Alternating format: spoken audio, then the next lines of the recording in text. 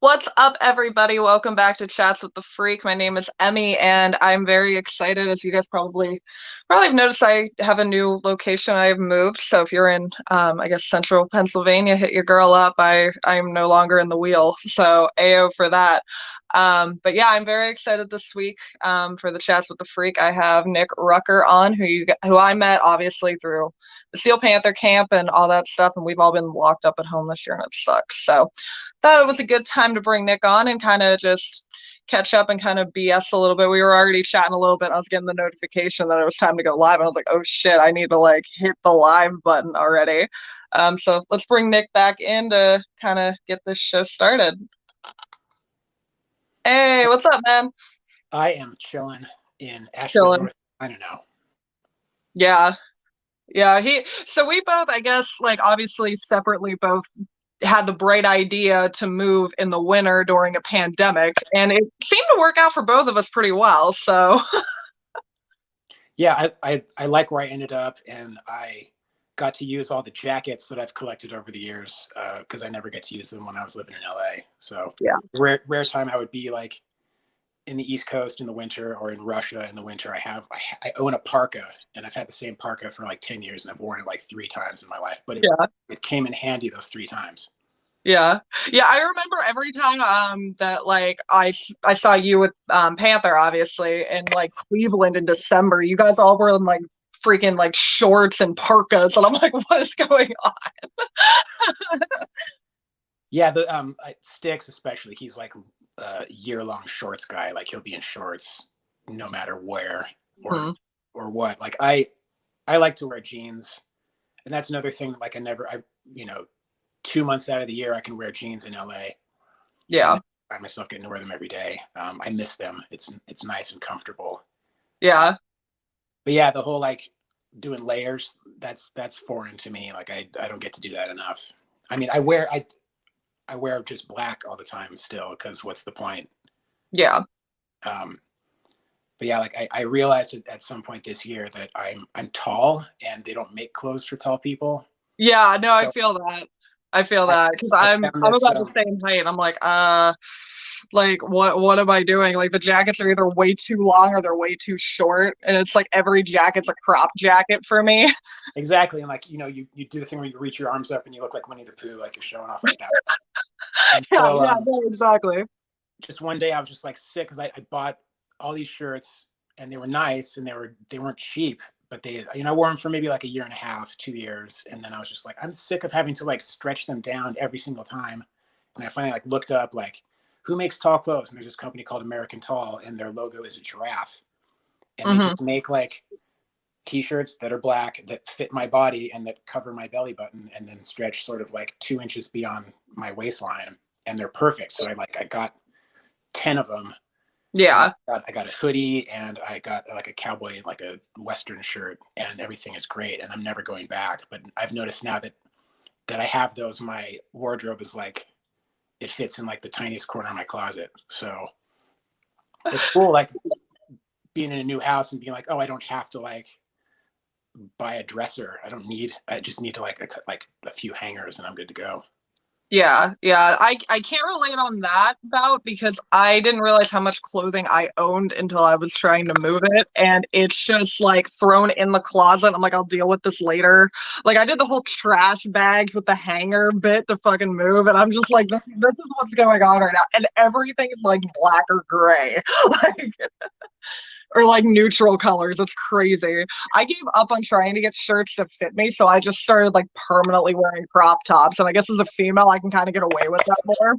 But it was just it. Oh my god, trying to get like shirts that fit are crazy when you're like a certain height, especially like female clothes. Because I'm 5'10", and like most girls are not 5'10", so trying to get shirts that fit are terrible. Yeah, and then trying to get shirts that like I'm slender, so if I go like, well, a medium fits but it's not long enough, I go to a large and it's still not long enough but it's like 4 inches too wide on either side. So I found that I can clothes shop in Europe because there are tall people there. Yeah. And so like I'll get a pair of black jeans every time we tour Europe and just wear them every day until they fall apart, or maybe get like a jacket and wear it every day until it falls apart. But like Yeah. being a dude and being a roadie, you can just keep a really simple wardrobe, but like I feel that like being female, you kind of have to have Hmm. stuff, but you can do fun things with your clothes. Whereas like why would I spend money on like a white shirt or a colored jacket when I know that I'm not going to be able to wear it on tour? Yeah, that's true. So I Yeah, just no, don't, that's true. and it like forces me to stay simple, but at the same time, like I literally wear the exact same thing every single day, and so Hmm. I have to think about it. Yeah, it's just like this is what I'm throwing on now. Yeah, I literally have like my like I guess gig clothes for when I'm out doing like tours and the photos and whatever. And then I have like my normal clothes, but like they're still kind of like intertwined. Like I pretty much still wear the same stuff when I'm not like out doing like shoots and stuff like that. Like I still wear leggings and a crop top and like a jacket, you know? Yeah, and like who am I trying to impress? I'm just trying to be comfortable. Hmm. So Yeah, yeah, it's easy to move around in that too. Like especially like doing like and you probably can relate to that. If you're at a venue and you're trying to move around and stuff like that, you don't have time to be like, "Oh, do I look okay?" Like so I usually just end up going for like form-fitting legging like athletic leggings of some sort and some sort of a crop top like this where it's just there and I don't really need to worry about it. yeah, and shoes that are comfortable too. Like I wear 14s or 15s, and that's another thing that I can't go shopping for because no Oh one. my God. You just But got like the wrong like end of the stick. yeah, but I'll get like the same pair of black New Balance and just wear them for a year straight. And Yeah. those are great for tour too because you can stand on your feet all day and not die, and you can work in them. But they're not like so stupid looking that you can't go out and go to dinner and feel like you don't look like a schlub. Yeah. Yeah. No, I totally get that. Because I either go for like my boot, like my combat boots with like the like wedge-ish heel, because I can like run a mile in those and not have a problem, or like my Converse. Because that's like another thing. Like you like granted, you don't necessarily worry about how you look, but like you also still don't want to look like a total asshole at like the after party or whatever. Yeah, you got to like walk that line. I used to when I toured, I used to like take going out clothes. I would bring like a nice couple of like button up shirts and some nice black boots, and then I was just like the space in my suitcase is so precious, Hmm. and I just don't give a fuck anymore. And like I stopped going out after the shows like years ago. Like I don't drink anymore, and so Yeah. I'm always the first one to bed in the bus. And at least, well, let's just talk about pre-pandemic. Like our typical day would be load in at noon or even 2 o'clock. Yeah. And so if I can get to bed at midnight and be in the bunk for 10 hours, I might get 8 hours of sleep, which means I feel fucking great the next day. Right. And then I have that time between wake up and load in that I can go for a walk. I can make myself breakfast. I can check my emails. I can look at titties on Instagram or whatever I do for Yeah. 2 hours in the morning. Instead Yeah. of that thing that where it used to be like back when we were doing bigger production and sort of like longer distances between shows, like bigger production means that you start earlier, you end later, and you still have that same amount of driving between shows to do. So, you know, you might not get to bed until 1 or 2, and then you're up at 8 because you have 10 a.m. load in. Or if we were doing arena shows back in the UK, Hmm. audio would go in at like 8 a.m. sometimes. And so like it's really like the dudes on those arena tours, like the dudes who work for Kiss, like those dudes have a fucking gnarly schedule. I do Yeah. not see them. Um, Again, pre-pandemic, they probably got paid enough to deal with that hectic schedule, but those fuckers did not sleep at all. And I am at a point in my life where I would like to sleep. Yeah. For the past maybe 2 or 3 years of Panther tour, I could tour and feel great. And the last time we toured Europe in 2019, early 2020, every day felt awesome. Like that was the best tour of my life. Just physically, I was sleeping enough. The shows were killer. Yeah. We had a really good crew, and the weather was pretty good the whole time. So I couldn't complain. Yeah, yeah, it was pretty smooth for what we were going to end up going into, I guess, with the whole shutdown and all the nonsense with that. But yeah, definitely pre-pandemic, like I look at some of the stuff that I did, because obviously when I was doing, I do runs or whatever, doing the photo stuff, like I would travel by myself a lot because I would go from like, so let's say I'm shooting like a panther in Maryland, and then I would go to Pittsburgh and shoot Mudhoney or something like that. And I would bounce a lot and kind of make my own runs up. And it was kind of crazy because like when you're in a tour, kind of like with obviously with you guys are doing, you're in a bus going like as a group. It was kind of just me bouncing from like tour to tour, you know what I mean, like city to city by myself. So it got really chaotic with the traveling, and it was just I was living on energy drinks. I don't think I ever really want to do that again.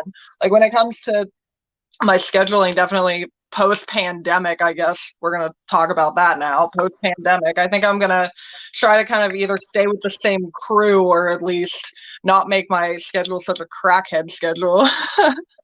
Yeah, we've had that before where like the tour has had, if we do like the small little fly date thing where we fly in for a weekend or for 5 shows, we'll typically, we fly to the first show and then we pick up 2 minivans and we'll just drive. And usually the drives can be up to 6 hours. And, you know, again, it goes in with the whole like hanging out after the show and partying after the show. Like we just stopped doing that because these things don't allow it. You have to be fresh.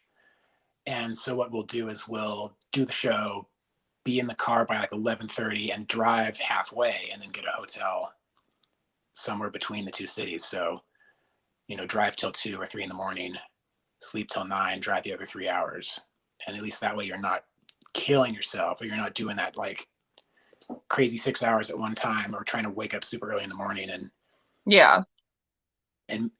maybe having to like knock on the door of your monitor guy, you know, of his hotel room because his alarm didn't go off, or he was up partying by himself or whatever. That's happened a couple times. It's definitely not like the rock star party that we used to do back in the day, but it's a lot more efficient, and I certainly feel a lot better physically at the end of a tour. Like I'm not just punishing myself the whole time, because you know, I still want to do this in my 50s and then maybe chill out after that. But yeah, I still probably got 10 more years left. Right. No, I totally get that. And I think that's a smart thing to do. And I've always said, anytime I've been at a show, like doing photos or whatever with you guys, obviously I've been around camp for a long ass time. You guys run one of the most efficient productions, like as a camp, that I've ever seen or been a part of or whatever. The production, how you guys just keep turnover is crazy. And obviously I've seen multiple shows, like even in the same week, and it's just so always very spot on. And they're definitely, you guys are definitely very serious mindset with that, and very like, I guess, on the fucking ball with it. Yeah, we maybe 2 or 3 years ago, we parted ways with management, and at that point it was just about saving money, because during those years there was just a lot of money spent on stuff that was unnecessary, and still putting on the same quality show. I've always felt like those guys could entertain in any room as long as you can hear the jokes and see them do their shtick. Yeah, they don't need a lot. And we did these tours back in 2015 and 2016 where we had video wall and huge lighting rigs and all the staging, and it looked cool. Like those were some of the most fun shows to put on, and some of the productions I'm most proud of being a part of. But when you look back at the profit margin, like you could do a show at Wembley Arena and have 9,000 people show up and like barely even break even. Damn, that's crazy. So, but it's, you know, but also in those arenas, you can make a huge profit if you're doing it right. So once we started doing more strategic regional type tours where we would maybe get a bus and do 2 weeks on the East Coast and then go home for a bit, get another bus and do Canada, we had to sort of scale back who we brought, how much stuff we brought. So when we do like a fly-in show, it's essentially me and a backline tech and maybe a monitor guy. And then we'll train the house lighting guy on what kind of cues we like. And usually when we're doing, you know, House Blues size venues, the house staff is usually pretty good. Yeah. So with some encouragement and maybe slipping them 20 or $30, you can get a good live show out of them. And then the band can take home more money and we can keep doing this for longer. Right. Or do fewer shows a year and not burn ourselves out and have enough downtime to recuperate. Yeah, I did kind of notice that. And I was kind of talking about that the other day to one of my friends, that I did notice that Panther, like, so I obviously started following the band in 2016 and then kind of escalated from there. And I kind of noticed that you guys do mainly like shorter runs. And I don't think that's a bad thing, but it was just something I noticed was it's more like 2 or 3 week runs instead of like a 2 month burnout tour where you get to the end of it and you're dying. And I always thought that was a good way to go about it too. That way you don't get burned out. Because like Panther, obviously not a pandemic, is usually on a non-stop cycle of touring. So 2 or 3 weeks and then like 2 or 3 weeks off and then back out there. Like that just seemed to be the cycle for at least the last couple of years that I've like been following you guys. That's always been the case. Like they've never had a traditional album cycle where record comes out, tour promotes it, you do like a solid year and then you go away for a while. Like we just always are going out and always sort of playing hits, as it were. Mm-hmm.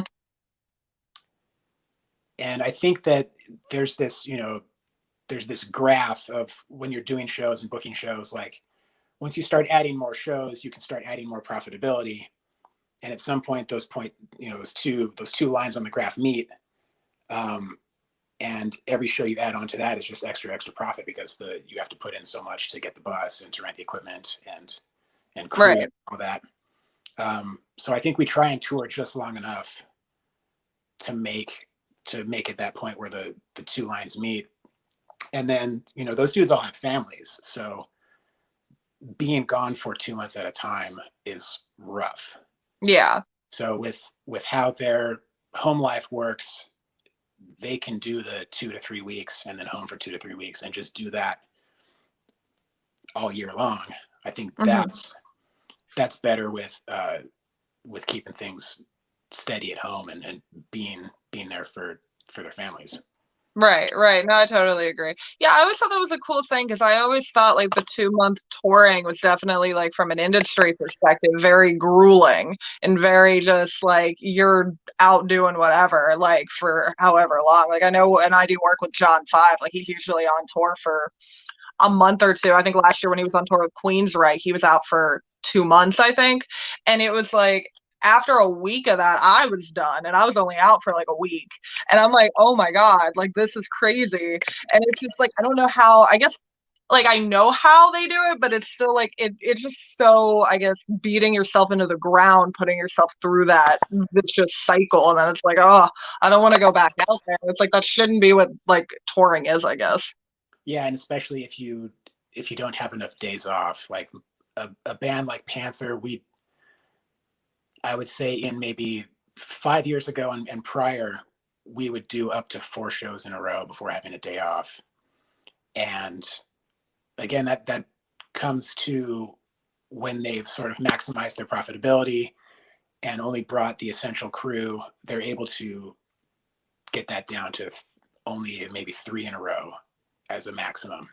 And maybe only do 3 in a rows once a week instead of 3 in a row, day off, 3 in a row, day off. Like we'll do 3 in a row and then day off and then 2 and then day off and then maybe 1 and then a day off.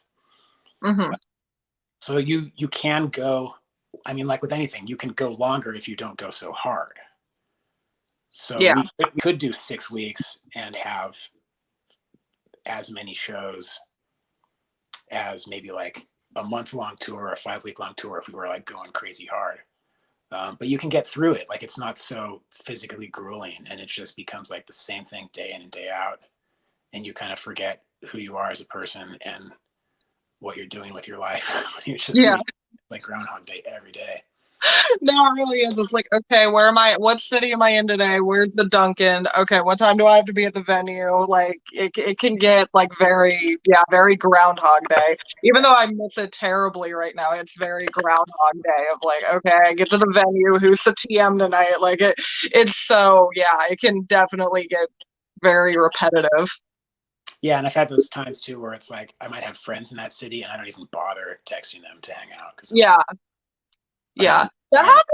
happened to me with in Ohio a lot because like I would have friends in like Cleveland or Cincinnati and I would just be like, dude, I'm here, but I'm just going to take a nap and get some coffee and go like shoot this show and then leave and go get some food and go edit some photos. Like that's all I'm trying to do.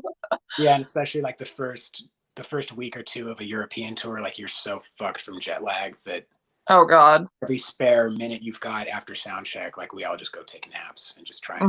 try and recover. So it's like if you're not working, you're sleeping, or you're eating, or you're sleeping. But like there's not, you gotta like find that leisure time like 2 weeks into the tour and then start utilizing your days off and going and seeing museums and zoos and botanical gardens and stuff. That's usually what I do. Yeah, all that fun shit.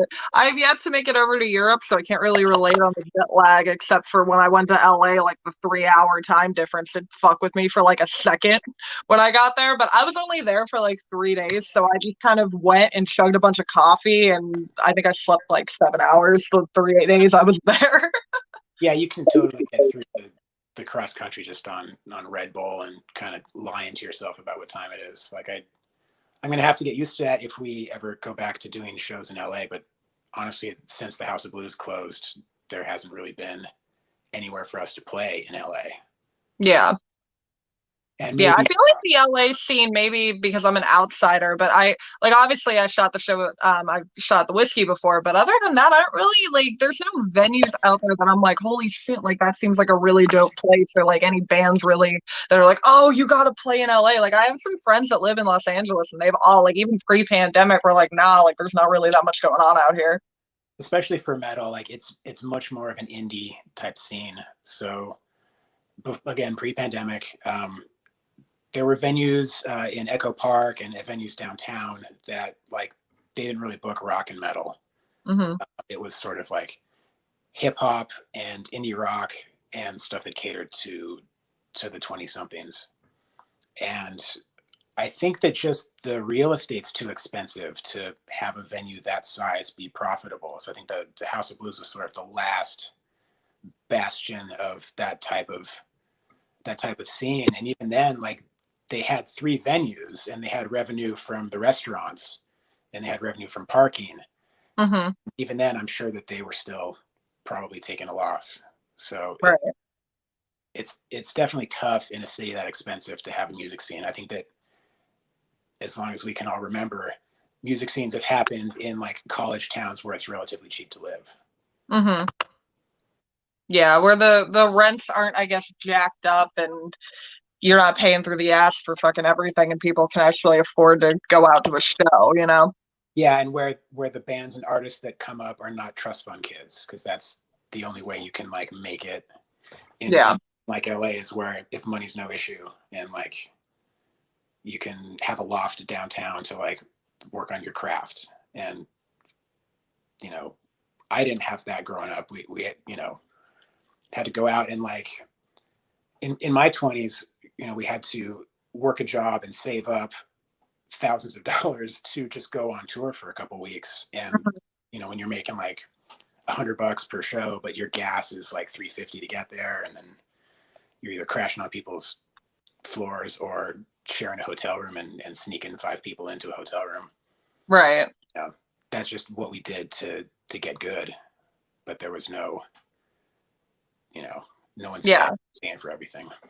Yeah. Yeah, no, I definitely find that a lot and I see that there's certain bands that I've come across that definitely have that vibe.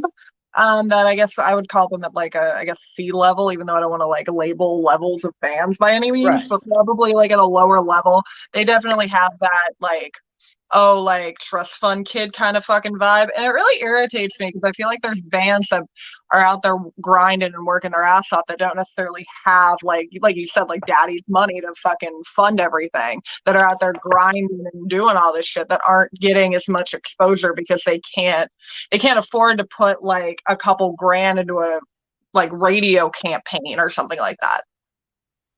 Yeah, it's an expensive hobby and Hmm.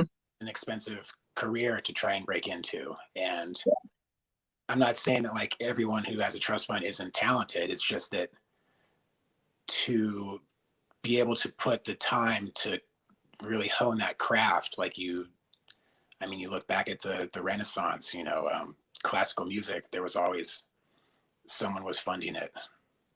Yeah. You know, Yeah, somebody's always funding. I guess somebody's always funding it, and I guess there's always like situations whether you're trying to bust in on the audio, like the audio side of it, like with what you do, or the photo, like the photo side, or actually as a musician, you're always like save. I always feel like you're saving money for something, like whether like I'm saving money for like photo gear, or I want to like pay my bills ahead, so hopefully when tours open up, I can just like take time off from my day job and go out. It's a lot to kind of mentally put all that stuff together. So I guess sometimes maybe that takes away from paying attention to what you're doing. And I think like maybe as a musician that could take away from that to a point. Obviously, like as a photographer, I kind of just show up and do my shit. But like I think when you have all that other stuff kind of rattling around in your head, it can definitely get you distracted. yeah, I have nothing but respect for those who create the music that we all love. And Yeah. I hope that those who have time and the means to stay focused can create a lot of cool stuff in this time off. Like in the first couple months of the pandemic, like I had just finished building a music studio in my old house, down in the basement. I got it finished just in time for the world to shut down. But like one of my best friends who lived like 3 hours away, was like, hey, I have a bunch of songs I've been wanting to work on. And I was like, well, I have a studio now and I have time. Yeah. We got to just team up and be creative and put a bunch of songs together and try out my space and put all my equipment back together, because it had been in storage for like 5 years at that point, because Right. I hadn't lived in a place where I could set it all up. Mm-hmm. And it was really great practice, and it was really great to get back into that, because like I've been touring so hard for the last 10 years, I haven't put time into that. Mm-hmm. So there's been a lot of silver linings in this pandemic, and I hope that everyone comes out okay. Yeah. Yeah, no, I totally agree. I think with everything being so up in the air, there definitely were some, I guess, pros to being, because I was on tour when everything got shut down. I don't know if I think you guys had just gotten back from Europe when everything got shut Yeah, down. like we were on our way to Vancouver to do 3 nights at a casino, and it got shortened to 2 nights. I think the first 2 shows sold out and the last one didn't, so we just Mhm. condensed 2. But the night of the first show was March 13th, and that's when they shut everything down. Yeah. Flying back to LA on March 14th was really surreal. There was no one on the plane, no one in the airport, no one knew what the fuck was going on. Yeah. Yeah, it was scary. It was really scary. I was driving and I was just like, there's nobody on the interstate. And, like I'm stopping to get like Taco Bell or some shit just so I had something to eat going home. And I'm just like, this is crazy. Like everything was just so like it was only like a 3 hour drive for me, but I was still like, this is so crazy. Everything was just like so shut down, seeing like the interstates empty, and it was just like, oh my God, this is crazy. Yeah, and then looking back, like we should have been behaving that way around Thanksgiving and Christmas. And back then, like there were no cases. It was just we just didn't fucking know. Yeah. So now I've noticed that like since the CDC has sort of released some data on outdoor transmission, like more people are just sort of like, okay, I don't have to like double mask outdoors, because like you basically would have to like spit in someone's mouth to transmit it outdoors. So Yeah. I feel a little bit better doing that, but I still like living in North Carolina is a little different from living in LA. I feel like everybody was pretty much covering their faces indoors in LA, and you get out here and some people just don't give a fuck, or they think Yeah. it's still, which just boggles my mind. Yeah, yeah, that's how it was down in PA. Everybody seems to kind of be with the whole mask thing and stuff, which is definitely all like I'm about like the whole safety thing. Like you definitely need to do that.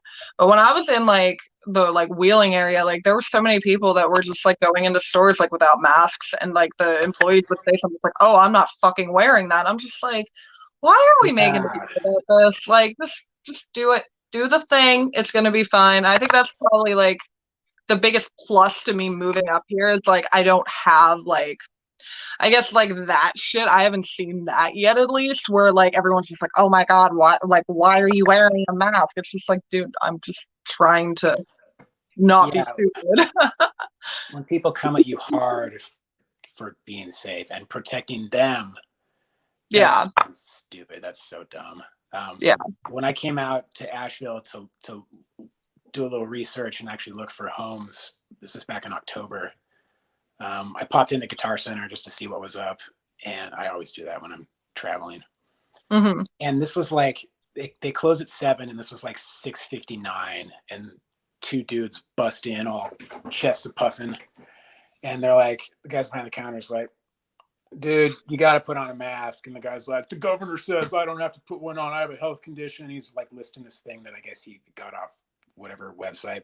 Yeah, And they're like, please, man, like we close in like a minute. Like we'll bring you out something to the parking lot if you want. Like just like we don't get paid enough to deal with this shit. And I think that that's how they treat it in North Carolina is that the governor did issue a mandate and you have to wear masks indoors, but the people who get paid minimum wage to work at these stores don't feel they get paid enough to enforce it yeah, because they come in contact with these people who come in so fucking hard, yeah, uh, and who want to argue and fight, and it's just like these people are just trying to stay open to provide services for us so that we have the things that we need and the things that we want.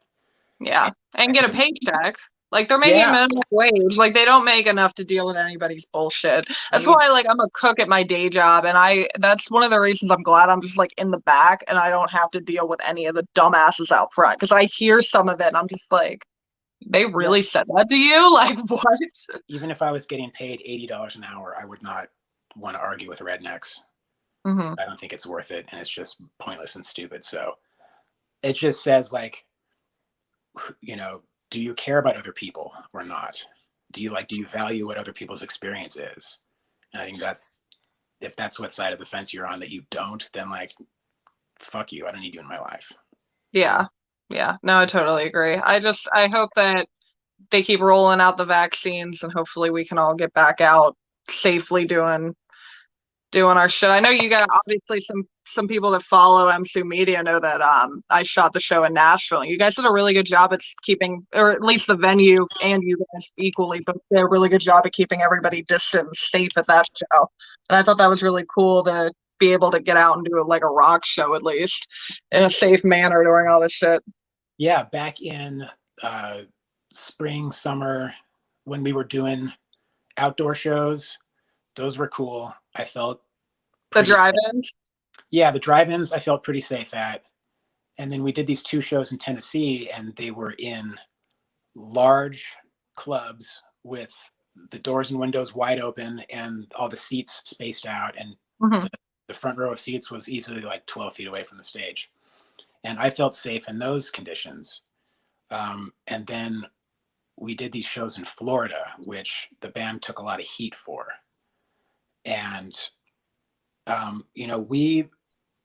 we put out a COVID rider. Our agent puts it out. The promoters have it. And just like with any show, you can show up and they can just ignore every single fucking item on it, and there's really not much you can do. Yeah. And we're contracted to perform these shows and to complete them. Yeah. And so I think people gave the band a lot of flack for not canceling the shows, but like they weren't really in a position to because the local government still allowed those shows to go on. And so per our contract, we had to fulfill them. Hmm. And I did not feel safe in those venues. Two of them in particular were indoor, and it was like it was 2019 all over again. So I Yeah. went to Walgreens and picked up a face shield, and so I had my KN95 with a face shield over it, and I couldn't see a goddamn thing. And as soon as I got outside, I took it off and breathed some fresh air. But the people who we worked with on stage were generally courteous and covered their faces. And those that weren't, I was just like, hey, I don't need help with this. I'll just go do it by myself. Yeah. And kind of got through it. But the 2 of those 4 shows were outdoor, and that was fine. But yeah, the outdoor venues definitely are very safe, and I'm hoping that like come spring, a lot of bands can at least take that with the better weather and be able to get out and like do some different stuff like that. Like I thought the drive-ins were great. I really did. Yeah, they were super entertaining, and it was really fun to see people having a good time and tailgating and honking their horns in instead of applauding. Like, it was cool. Yeah, the drive-ins were definitely an interesting situation, and I was kind of like I was hesitant about it. And obviously, I came to the Butler show, and I thought that one was really it was just really cool. I was like, okay, I'm in my own space. Like I could kind of get used to this because like pre-pandemic, like Panther shows, like everyone's like squeezed up to the front, like freaking elbow to elbow. It's like, hey, I actually have room to move now. I'm not like stuck in like one spot, like elbow to elbow with like some creepy, like sweaty redneck. Like yeah, and like the weather at those shows was really nice. The one we did, where was the one after Butler? Scranton. It was Scranton. Such a beautiful location. It was up on a hill. Mm-hmm. The stage, you had this big, huge panoramic view of everything. It was really, really pretty. And then I think it was maybe the next month we did a bunch in Texas and Oklahoma. And one of the ones was outside of Austin. And I forget the name of the city, but it wasn't Austin proper. It had its own city council, and it was outside of an arena. And the city council could vote as to which shows could use the PA system. Yeah. And there was a stand-up comedy show the night before, and they said no because the stand-up comedy was going to be vulgar. Yeah. And then obviously Steel Panther was vulgar. So I had to mix this show with my rental minivan as my sound system. So I had my headphones, but I sort of would stand back by the car and crank the stereo up and listen to it just to make sure it sounded okay. Yeah, I remember you put that up on your story. It was like the like board in the van, and I was losing it. I was actually going to ask you about that. I'm glad you brought that up because that was so like I was like, wait, he's mixing this in a van? What's going on? Yeah, and so they have an FM transmitter. It's just a big antenna, and they're not that loud. So because like your typical radio station has like I don't know however many megawatts. We had a small amount. So you had to crank the stereo all the way up in the car to get any kind of volume out of it. But it worked and it sounded fine in the Dodge Caravan. Yeah. Yeah, that's just crazy to me that you're like mixing that in a van. That was so crazy. I just remember saying that. I'm like, poor Nick, he's like dying right now. It's part of my job, like being able to adapt and mix in any environment, and just having like the confidence in my own abilities and in how the band sounds to do it in any environment. Because there's some sound guys who like have to have everything a certain way or they can't work. And this band has always been that kind of band that will do a show anywhere and will make it work. Yeah. Yeah, no, for sure. For sure. That's just crazy to me. That's still crazy that you guys were doing that. Like I've seen some like stuff like through like Instagram about like different like weird settings when it comes to venues. And I was like, a van? That's nuts. It was really nice. It was a really nice stage too. They had a big LED screen. And it was a really nice PA system that I didn't get to use. It was cool. Some shit. Some bullshit. What are you gonna do? Oh my God. Well, thank you for hopping on with me and chatting with me tonight, Nick. I really appreciate it. Hopefully we can all get back out doing some crazy shit sooner than later. Yeah, we've got some shows coming up in the South at the end of April. So I'm stoked because I don't have to fly. I can just get in a car and drive to them. Yeah, and just cruise. I thought you guys were, I think it's Memphis. You guys are doing one in Memphis.